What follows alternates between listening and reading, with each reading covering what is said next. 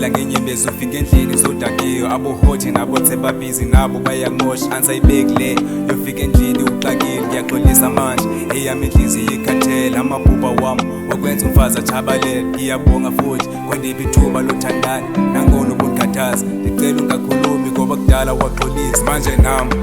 ngisacela uxolisa inhliziyo yakho ansafuni yanisini sacela usiduduza ndisisincinci sikamduduza andifuni uzenza mbubi idume ngokubulala ngoba nawe uzongibulela I just hate this ngoba manje sontshintshela I'm sorry wentokazi ngoba manje sekwanele wemntana omude ubula inhliziyo yami usiqhathanisa nomoya wami ngishaya uma ushoni la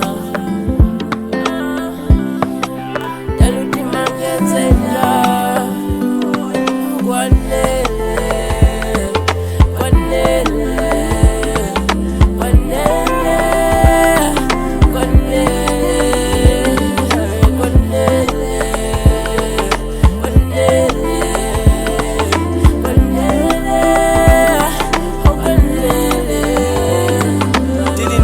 sisaqala besingafanelene mina smart nawe ningazuba sophethe sesihlukene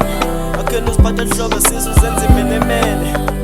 leza dark nayo ikona impiyo thando bendithi soqoba nawo usohlulene nawo usohlukene